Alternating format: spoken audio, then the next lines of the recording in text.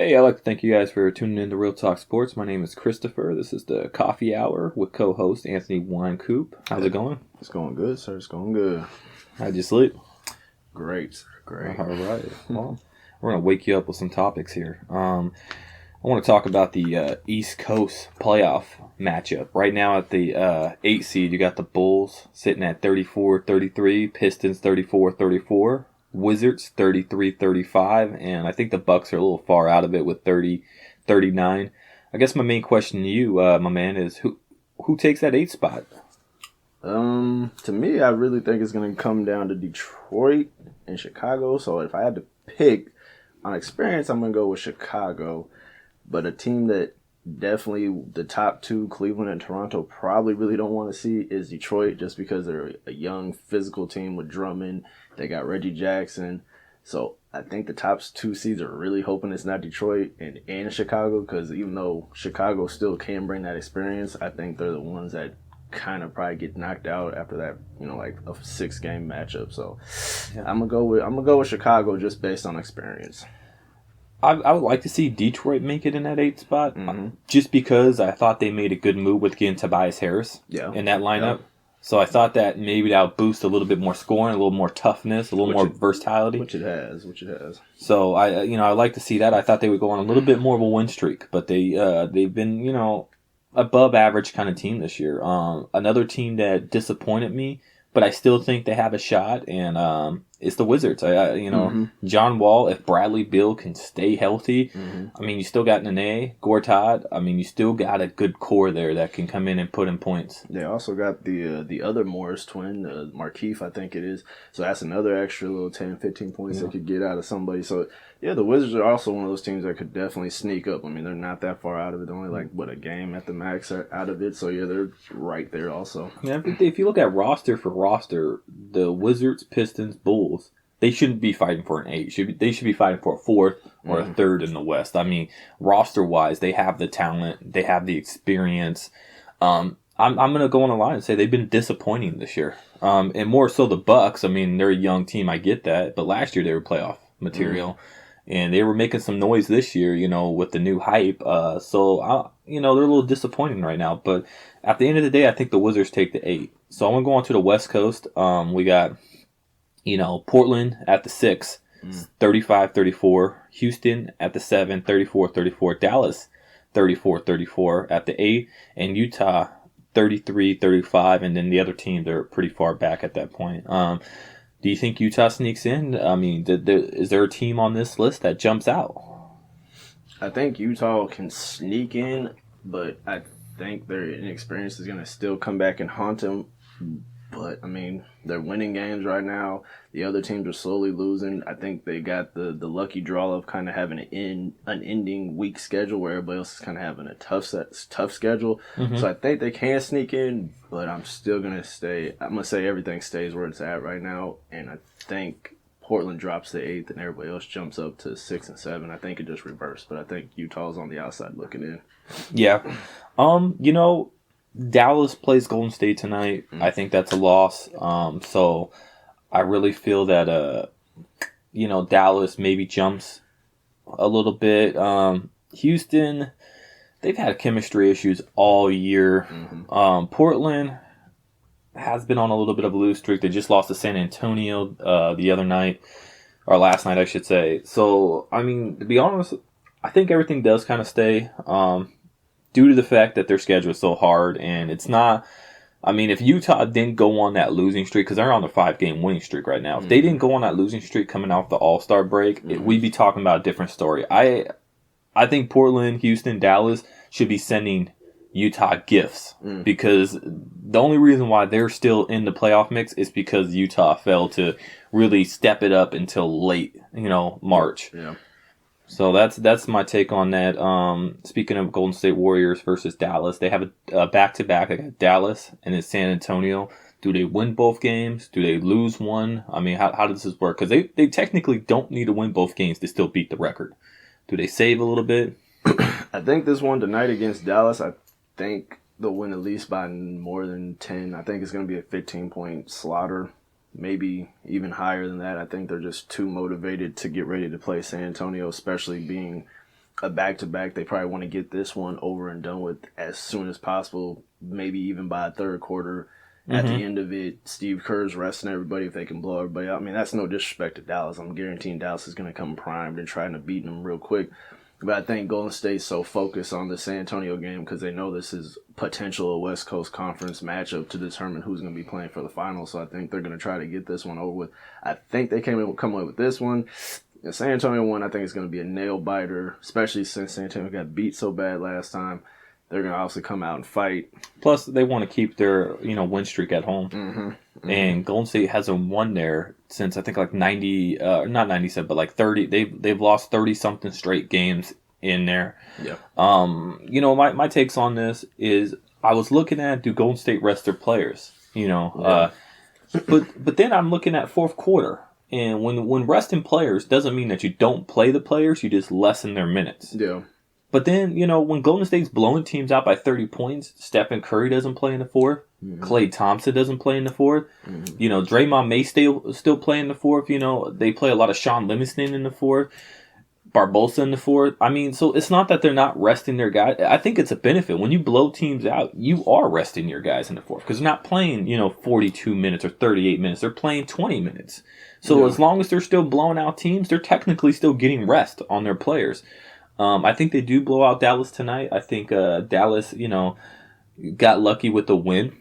Caught them off guard, and then Golden State came back and avenged it. And I think they're fighting so hard for the Bulls' record that this is a war at this point, and everybody in the way is a casualty for them.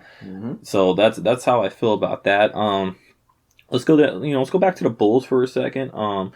You got McDermott, he's having a standout year. I mean, do you think they should have used him last year? I mean, or was it, more of a Fred Horbert, rotation? I think it's just a product of the simple fact that Thibodeau probably didn't trust him because he's a rookie, but there was a reason why they took him last year. They needed a 3-point scoring threat.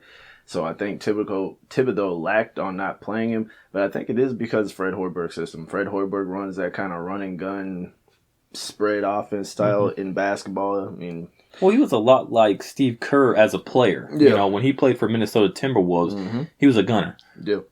And I think they brought him in to mirror the Steve Kerr system, a little bit, not so much, but a young shooting guy that can tap in, because that's the one thing that the Bulls have never really been throughout their, the last 10 years. It's been the high power offensive team. Well, yeah, I mean, you look at them now; they're at least putting up about 105 points almost every night. I mean, if Thibodeau was still running this system, they'd be struggling just to get to 105 points. They average about that now with Hoiberg's system.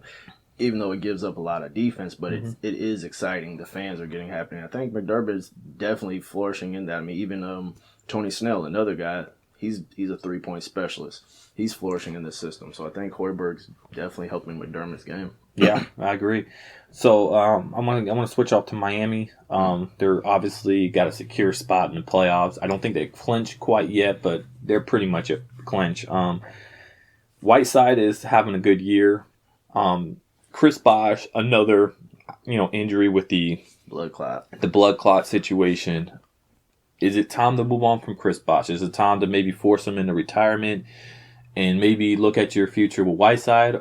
Do you build back through the draft, or do you go after free agency? I mean, what's your move at this point? Obviously, I think Pat Riley's going to want to hold and sit on Chris Bosh at least for the rest of this year and figure out what's going to happen in the next year coming. But it definitely is going to have to be an option because with Whiteside's contract, I believe he's a free agent after the season. So they definitely got to think about something. Either Chris Bosh is A, got to retire, or B, he's got to cut back on some of that guaranteed money so that way Miami has a chance to resign Hassan Whiteside.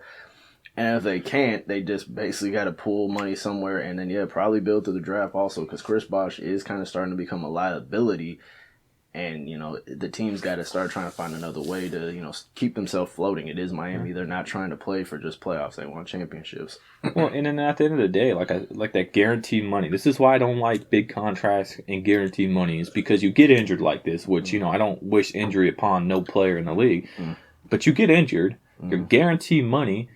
But you're not even playing. I mean, this is going to be. He was out, half of all last season. He's been out pretty much all of this season. I mean, he played the first 20 games, and that's already over a season into this big contract that Miami gave to you. Mm-hmm. That could have went towards other players to build more around. I mean, I do like the addition of Joe Johnson to help out maybe when Luol Deng wants to decide he wants to play. Right. So I mean that was a good balance. But I mean, Gordon Dragic got that big contract. He's finally clicking into that zone. But I think he's kind of like a freelancer on the court. You don't necessarily run a system when you have Dragic. You just let Dragic run the system kind of deal. But I mean, in my opinion, I think you stick with Whiteside. Centers are hard to come by, especially athletic, tall ones like that. Yeah. So I think you stick with him. I think, Chris Bosh needs to make that decision. But you do, like you said, sit on him for the next 2 years and see if he can come back to old form. Yeah. Let's head to the NFL real quick. We got some good free agencies that are happening. One that I like to touch base on because you're my Ravens dude. It's Mike Wallace. I mean, is this a big improvement? Is this a step up? How do you think this affects the Ravens season next year? I believe it's a big improvement for 2 reasons. One, he already knows the trials and errors of the AFC North, being a Steeler guy. He knows it's a cold weather state. He knows the division's tough. He knows there's going to be gritty hits. People are going to, and he obviously knows the Steelers-Raven matchup, like I said, being a Steeler guy. So it's definitely a big improvement. We needed a veteran deep threat guy because Bashard Perriman, had that rough rookie season where he didn't even play, didn't even get on the field. So we needed a deep threat. Hopefully he can come back also and even give, Mike Wallace can give Bashard Perriman maybe some pointers on how to be a better deep burner guy.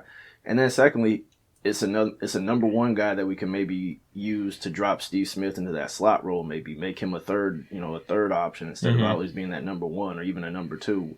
He's getting too old for it to be the number one at this point. That's why he got injured last year. Exactly. So I think Mike Wallace and Kamar Aiken can be that 1-2 and Steve Smith can be the slot guy or vice versa. Just, there's got to be a way to drop Steve Smith's reps down and stuff. And so I think this Mike Wallace move is a big move. Yeah, I like it a lot. Mike Wallace definitely is a deep threat. The last 2 teams, Miami and Minnesota, didn't have deep threat quarterbacks. They're, Dunkin' Donut throwers, little 5-7 yard, dinky dunks.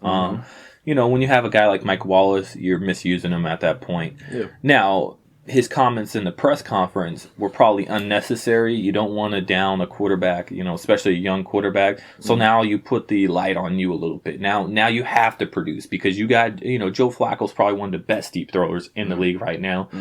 Regardless of what you want to say about him, is he a tier 1, tier 2? He's a Super Bowl winning quarterback. He's gotten the job done. He could throw the ball deep. Yeah. Point blank, period. And now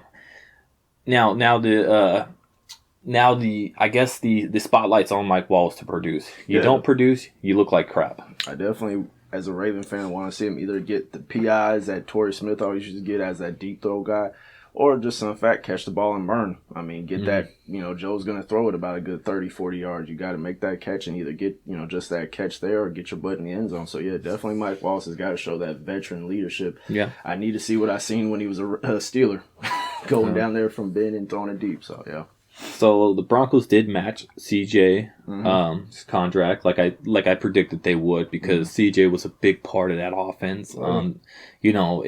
He takes so much load off the QB, and they don't even know what quarterback situation. If it's Fitzpatrick, is it do they just stick with Sanchez? They don't even know right now. There's not a lot of quarterbacks on the market for a decent price, it seems like these days. So I mean, CJ alone can at least make an average quarterback better. Your thoughts? I think C.J. Anderson definitely now needs to become that Terrell Davis for the Denver Broncos. I think they need to stop doing this 1, 2, 3 different running back situation. Obviously, you're going to run a 2 running back situation, but I mean, you need to make C.J. Anderson getting about 20 to 25 carries every game. He needs to become that workload guy. I mean, you just paid him $18 million, so yeah. It needs to happen, and I definitely think they do need to figure out their quarterback situation. But yeah, C.J. Anderson coming back is a big boost. So it is a big move.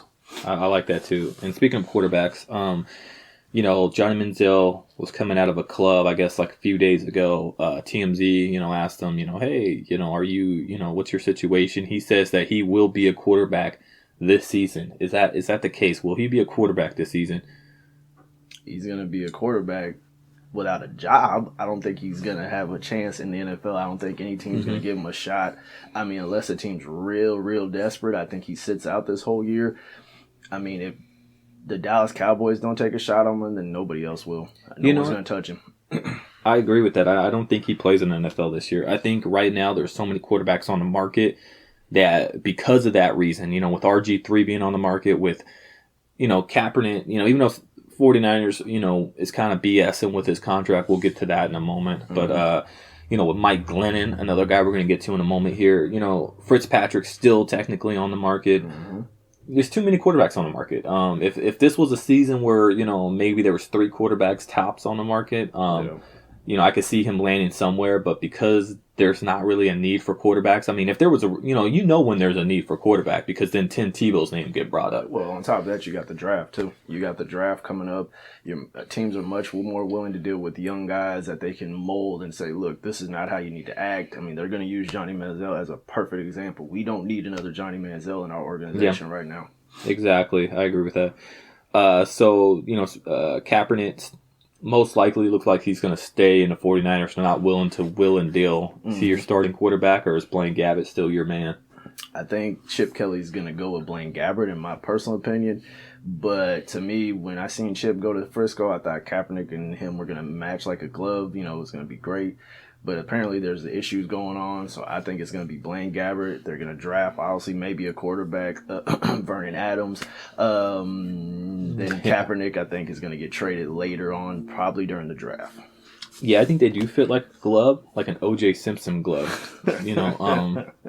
Kaepernick's got the legs that, that you want in any quarterback. Mm-hmm. The problem is he ain't got the arm. He don't got the accuracy. Blaine Gabbert, to me, earned, that starting position. And Blaine Gabbert probably should have been the starting quarterback over there with the Jaguars if they gave him a chance. There's nothing that Kaepernick can do, in my opinion, that Blaine Gabbert can't do. Matter of fact, Blaine Gabbert had more rushing yards last season and a longer rushing TD yard than Kaepernick had, since even being a 49er. I think the problem that Blaine Gabbert had in Jacksonville was just they didn't have a good line. They didn't have a good offensive line. Yeah, I agree. Let's go to Mike Glennon real quick. Mike Glennon is the backup to Jameis Winston over there with the Tampa Bay Buccaneers. Mike Glennon is a 6'7", I believe. Big quarterback. Joe Flacco-ish kind of built. Does he stay? Does he go? I mean, what's his value on the market? From what I'm hearing, from what I see, Tampa Bay seems like they don't want to ship him, but I'm guaranteeing if a team came at least with a 3rd-round pick, Tampa would have to listen, because obviously Jameis Winston's going to be the guy. Glennon's been the backup for about a good year and a half, almost 2 years now, even when there was a different coach, Lovie Smith. They didn't really play him there. So, anything around a 3rd round, I think Tampa Bay is going to listen to it. I think he gets traded if it's around that 3rd-round pick because, obviously Jameis is going to be the man. They could obviously just draft another backup quarterback. And so, I think Mike Glennon goes. You know what I'd like to see Mike Glennon goes? I think he should have been a starter of Tampa Bay. They should have gave him a shot. Let's just, look at 6'7". Let's list all the 6'7" guys. Or around that ballpark. Mm-hmm.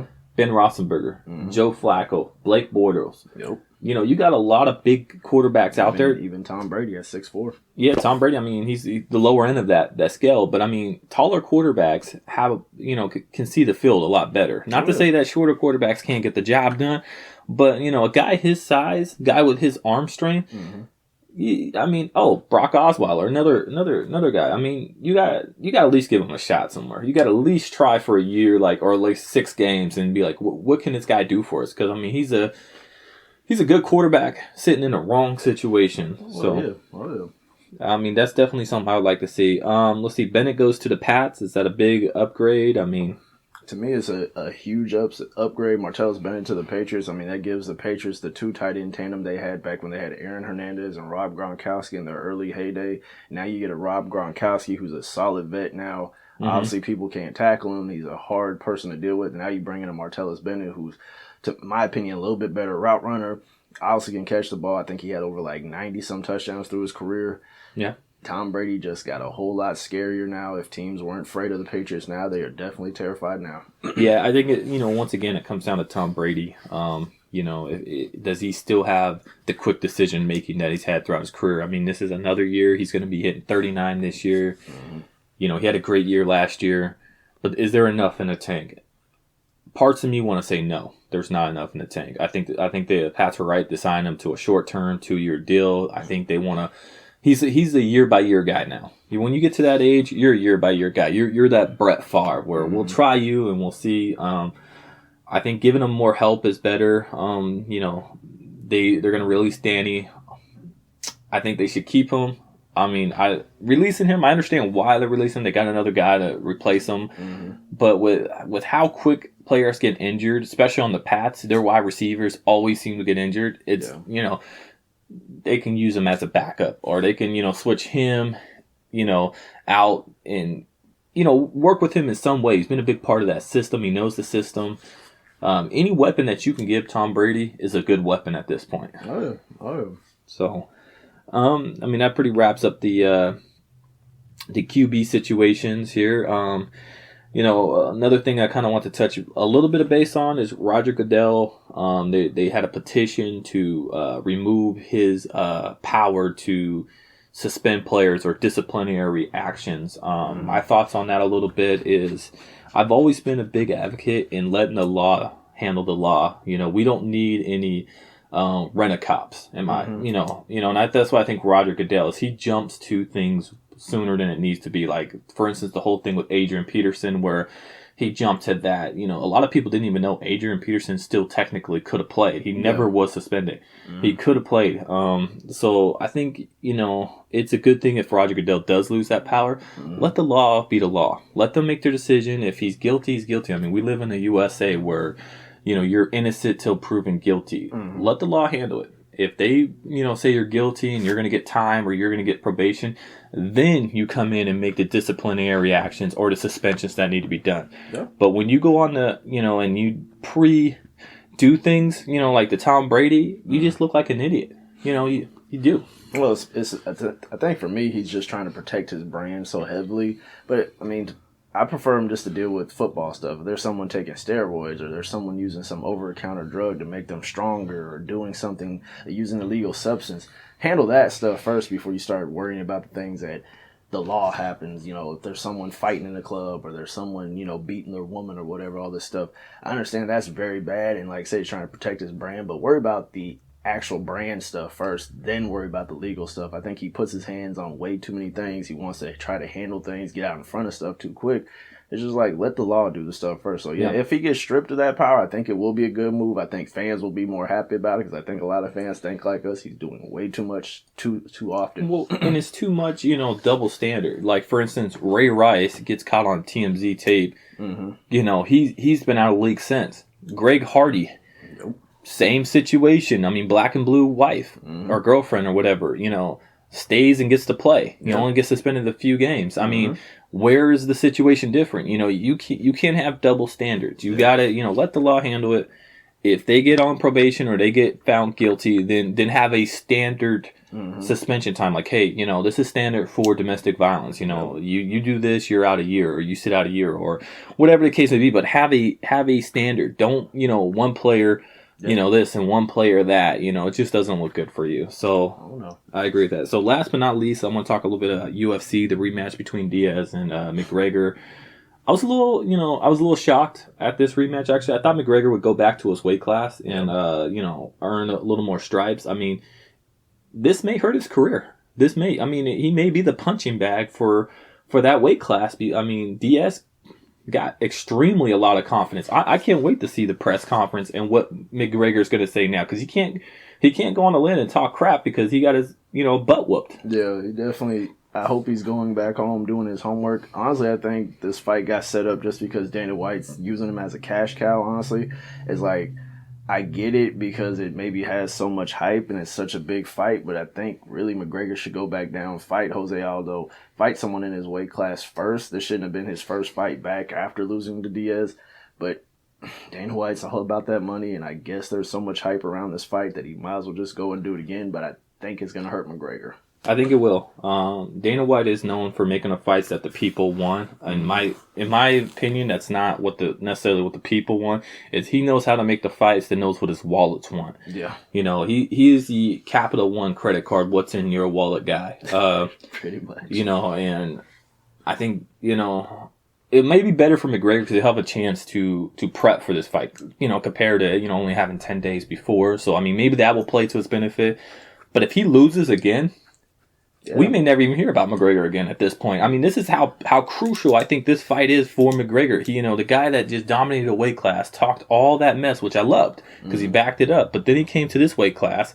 Diaz kind of, served him a little bit of that good old sweet Stockton beatdown. If he loses this fight, he has to go back.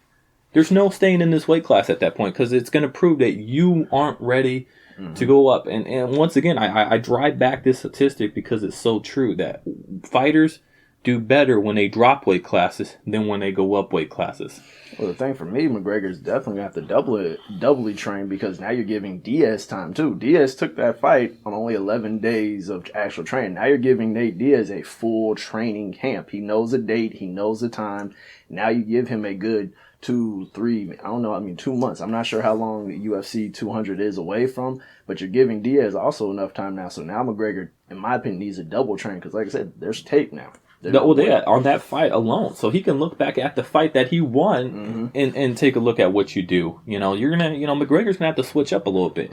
Nate Diaz is a submission guru. Yeah, this is what he does. So, you're gonna have to now figure out how you can keep this fight because in the first round when they stayed on their toes. It looked like McGregor, busted Diaz open, got some good shots in because he's a quicker guy. Because, being in the lower weight class, you have that speed. Yeah. But, it goes back to, when Big Country beat Kimbo Slice. Put your stomach on his face and start pounding away. Yeah. Use your size. And that's what Diaz did. Diaz is, 6'2", 6'4", got some serious reach. Yeah. He just straight black widowed him, just crawled up into him, So well, on top of that, McGregor knew, even Diaz knew this first round is going to be rough. I'm going to be coming out of a little shape. I watched the little thing. He said he knew he had to survive that first round. Once he survived that first round, he was all ready. He was warmed up. He was ready to go. So, I think that's what McGregor's going to have to do. He needs to end it in the first round. He needs to get him with a powerful knockout, get himself not locked up in a submission because obviously that falls right into Nate Diaz's game. So I think McGregor's got to get done in the first round. This thing goes anything past the first round, he's at a point of loss again. So yeah, I agree. Well, that wraps up today's show. Thank you for tuning in to the Coffee Hour. Shouts out to everybody that listened and tuned in. And also, on the link below, the comment box below, give me your thoughts, your opinions. Like, subscribe, do all that good stuff that everybody does on the internet these days. And give us your thoughts. I want to thank you. And more importantly, I want to thank you, Coop, for joining me today. Hey, thanks, man. All right, let's finish up this coffee and let's go. All right.